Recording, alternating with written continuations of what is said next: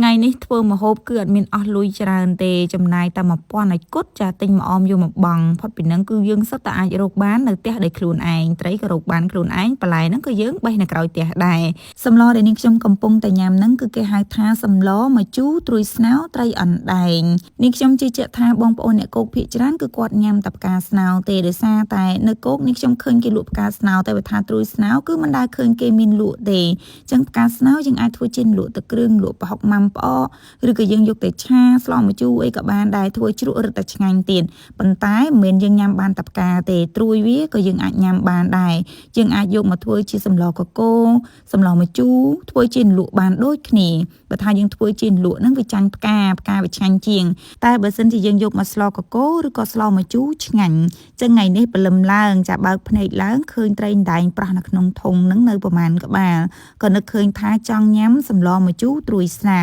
ប្រហែលជាខ្ទង់ម៉ោង7ព្រឹកពីអ្នកពូចុងភៅហ្នឹងគឺកាន់កញ្ច្រែងចាអ៊ំទូកឡើងគោកនៅក្រោយផ្ទះហ្នឹងដើម្បីមកស្វែងរកបេះត្រួយស្នោព្រោះបើសិនជាយើងមិនប្រញាប់បេះពេលព្រឹកទេគឺថ្ងៃតន្តិចហ្នឹងចាប់ផ្ដើមក្តៅហើយហ្នឹងពិបាកនៅក្នុងការបេះណាចឹងឥឡូវនេះកំពុងតែដើររុកដប់រុកព្រៃដើម្បីទៅរកដើមស្នោ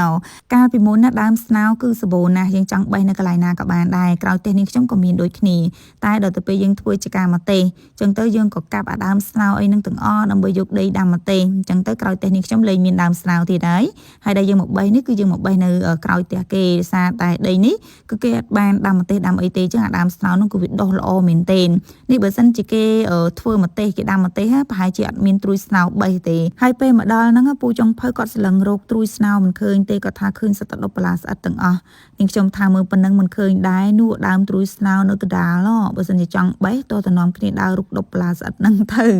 គាត់ថាកូនណយមួយមកបេះត្រួយស្នោកណ្ដាលពើកដុបតែនាំគ្នាស្លៀកខោខ្លីបងប្អូនសាកសម័យមើលនេះរុកដុបរុកព្រៃទៅបេះត្រួយស្នោដល់ក្នុងក្រងខ្នយខំផងអីផងហើយឡើងលមាស់ពេញជើងទាំងអស់តែដើម្បីអាចបេះត្រួយស្នោយកស្លោបានតើតែយើងតស៊ូបន្តិចត្រួយស្នោខែប្រាំងមិនទាន់ត្រូវទឹកភ្លៀងបែបនេះគឺវារៀងស្ងួតវារៀងក្រៀមតែបើសិនជាបានភ្លៀងត្រូវ1មេ2មេមកអូយយីថាលាស់ឡើងឃ្យូល្ងឹតហ្មងពេលដែលកំពុងតែបេះហ្នឹងស្រាប់តែដាក់ភ្នែកឃើញសបុកអង្ក្រងឡើងប៉ុណ្ណាណីនេះបើសិនជាមើលមិនឃើញវិញចាទៅទាញអាដើមស្នោនឹងបេះត្រួយហើយស្រាប់តែសបុកអង្ក្រងនឹងជ្រុះមកអូយចាដឹងតែចាក់ក្បាច់ពេញនឹងឯងចាស្រ័យរូបធម៌ហើយអង្ក្រងខំឈឺណាស់បងប្អូន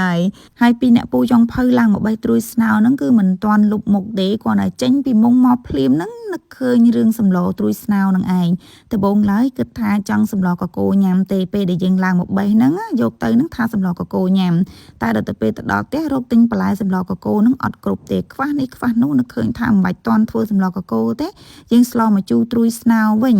ចឹងឥឡូវនេះគឺយើងបានយកត្រួយស្នោមកដល់ផ្ទះហើយទុកវាមួយឡែកសិនទៅយើងចាប់ផ្ដើមទៅមើលត្រីនៅក្នុងកធុនរបស់យើងថាតើមានត្រីណាដែលយើងអាចស្លបានប្រោះនៅកធុនហ្នឹងឡើងប្រហែលថ្ងៃហើយដល់ថ្នាក់បងអូននាងខ្ញុំថាអង្ការបានញ៉ាំត្រីនឹងអស់ស្គមគ្នាអស់ហើយចាំអត់មានដាក់ចំណីផង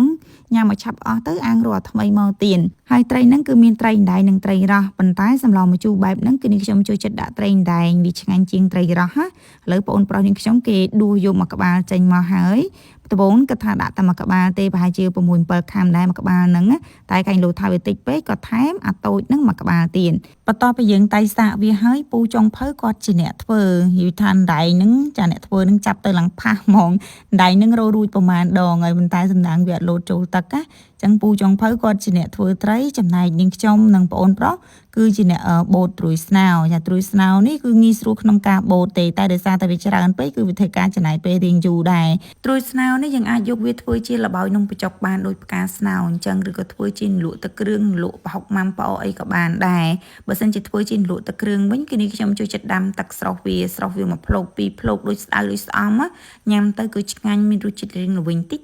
ត្រីដែងនេះបន្ទាប់ពីយើងធ្វើលាងទឹកឲ្យស្អាតហើយយើងក៏ចាប់ផ្ដើមកាត់វាជាកង់អូយសាច់ស្វិតល្អណាស់បងប្អូនហើយកាន់តែធំកាន់តែស្វិតបាទតូចមិនសូវជាស្វិតប្រហែលទេអញ្ចឹងយើងកាត់វារៀងស្ដើងបើសិនជាយើងកាត់វារៀងក្រាស់ពេកហ្នឹងគឺធ្វើការរងាស់រៀងយូរដែរហើយបន្ទាប់មកទៀតយើងចាប់ផ្ដើមមកដំខ្ទឹមសដំរំដេងដំម្ទេសចាសម្លម្ជូរត្រីបែបហ្នឹងគឺយើងធ្វើការ3មុខនឹងឯងដើម្បីបង់ចូលសម្លទៅវាកាត់ឆ្អាបហើយវាធ្វើឲ្យសម្លរបស់យើងហ្នឹងគឺមានក្លិនឈ្ងុយហើយរឹតតែมันអាចខ្វះបានហ្នឹងគឺម្អមចាអូយអត់ម្អមអត់បានទេសម្លម្ជូរអ្នកខាងនោះធ្វើត្រីហើយ ហើយចំណែកអ្នកខាងនេះគឺថាបូតត្រួយស្នោមិនទាន់ហើយទេអញ្ចឹងយើងជួយបូតគ្នាបន្ថែមទៀតទៅ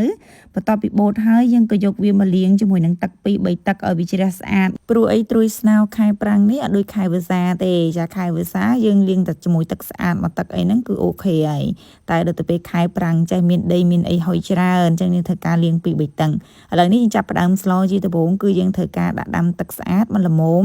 បន្ទាប់ពីទឹករបស់យើងពុះហើយយើងក៏ចាប់ផ្ដើមបង់ចាមានខ្ទឹមសម្ទេសរំដេងនឹងដាក់ចូលទៅហើយបន្ទាប់មកទៀតយើងចាប់ផ្ដើមជ្រុំប្រហុកដាក់ចូលសម្លម្ជូរมันអាចអត់ប្រហុកបានទេតែអាចអត់បានសម្រាប់អ្នកដែលគាត់អត់ចេះញ៉ាំប្រហុកគាត់ប្រើទឹកត្រីអីជំនួសអញ្ចឹងបន្ទាប់ពីយើងជ្រុំប្រហុកដាក់ចូលហើយយើងចាប់ផ្ដើមបង់អំបិលចូលមកចាប់ទៅហើយយើងក៏ចាក់ត្រីដែងរបស់យើងចូលឈុចតែយើងមិនបាច់កូរទេចាស្លត្រីគឺយើងកូរទៅអាចថានឹងបែកឆ្អាបយើងគ្របទុកឲ្យវាពុះសិនអំឡុងពេលដែលយើងរងចាំឲ្យសម្លពុះហ្នឹងគឺយើងជ្រុំម្ជូរបដាទៅហើយនោះភ្ញៀវទេសចរក៏អុំទុកលេងកំសាន្តតាមភូមិហើយថ្ងៃខ្លះពេលដែលគាត់ឃើញយើងធ្វើអីនៅមុខផ្ទះចានេះខ្ញុំចុះទៅធ្វើនឹងក្រោមណានិយាយពីថាអូគាត់ដូចប្លែកគាត់សម្បើមណាគាត់ថតយកទៅនឹងគាត់យកទៅធ្វើអីទេហើយនេះបន្ទាប់ពីសម្លរបស់យើងពុះហើយយើងចាប់ផ្ដើមចាក់ទឹកម្ជូររបស់យើងចូលទៅសម្លត្រួយស្នោហ្នឹងគឺវាស៊ីម្ជូររៀងច្រើនដែរធ្វើការរៀងជូរបន្តិចបន្ទាប់មកទៀតយើងចាប់ផ្ដើមបង់គ្រឿងបន្ថែមដែលមានស្ករបន្តិចប៊ីចេងបន្តិចអំបិលយើងអត់តដាក់ទៀតទេដោយសារមុនហ្នឹងគឺយើងដាក់ម្ដងហើយយើងកូរមើលត្រីដែងរបស់យើងគិតថាសាច់ប៉ុណ្ណឹងវារៀងឆ្អិនហើយបានយើងចាប់ផ្ដើមចាដាក់ត្រួយស្នោរបស់យើងចូល